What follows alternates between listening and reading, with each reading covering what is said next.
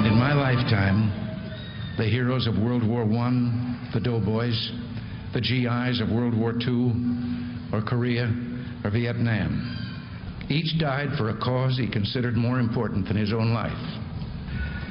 And how they must have wished, in all the ugliness that war brings, that no other generation of young men to follow would have to undergo that same experience. President Reagan, 1982. And yet, since that speech, there have been more generations, including this one, called upon to serve our country and for some to give the ultimate sacrifice. Dave Gowell, West Point graduate class of 2002, joining us now.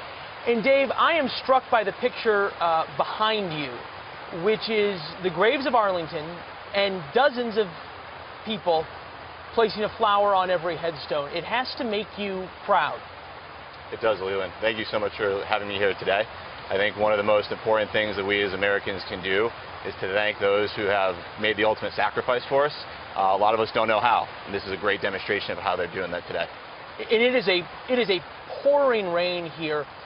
There's a uniformity here at Arlington as you look out across the rows of headstones.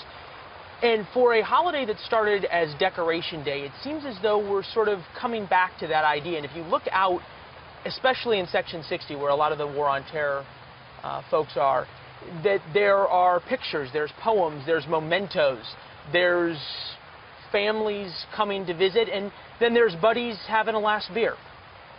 There are, and there's a lot of stories, and there are a lot of people braving this terrible weather to thank those who have given so much. Today we're going to see family members, we're going to see classmates. 9 of my classmates have given their life for service to their country. And so there's just so much that's really hard to put it all into words. Is there a reminder that America needs, that tangible reminder of the flower on every grave that sort of takes us away, perhaps for a moment, from the barbecues and the golf games and the beach trips? I think so. I think most Americans celebrate this weekend as the beginning of summer, and especially younger Americans don't really know what it's about. And so the ability to do one small gesture that will mean so much to the Gold Star families that are coming out here to visit their loved ones, that's enormously important. And tell me if I'm wrong, but a lot of the people who are behind us putting flowers on these graves, they may not have any particular connection to the military. They just want to say thank you. You are correct. So many people that I've met either through Rally Point or just in general around the military want to find ways that they can thank a service member, because most people don't know a service member like they might have in past conflicts. And especially given what these men and women have sacrificed, there are a lot of people here that have no military affiliation whatsoever. How is this war different than so many others? You signed up for West Point before 9/11. You went to war in the war on terrorism. It's a war still going on. This is the longest America has ever been at war. It's something you've studied. Does that make it different?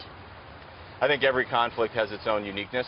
I'm not an expert in all, but having served in Iraq and having lost friends, what I do know is that a lot of the challenges that we face overseas and in conflict are things that many people get to see via social media and other things. I think Americans can better understand it to a degree, but they still don't fully understand what's happening out there.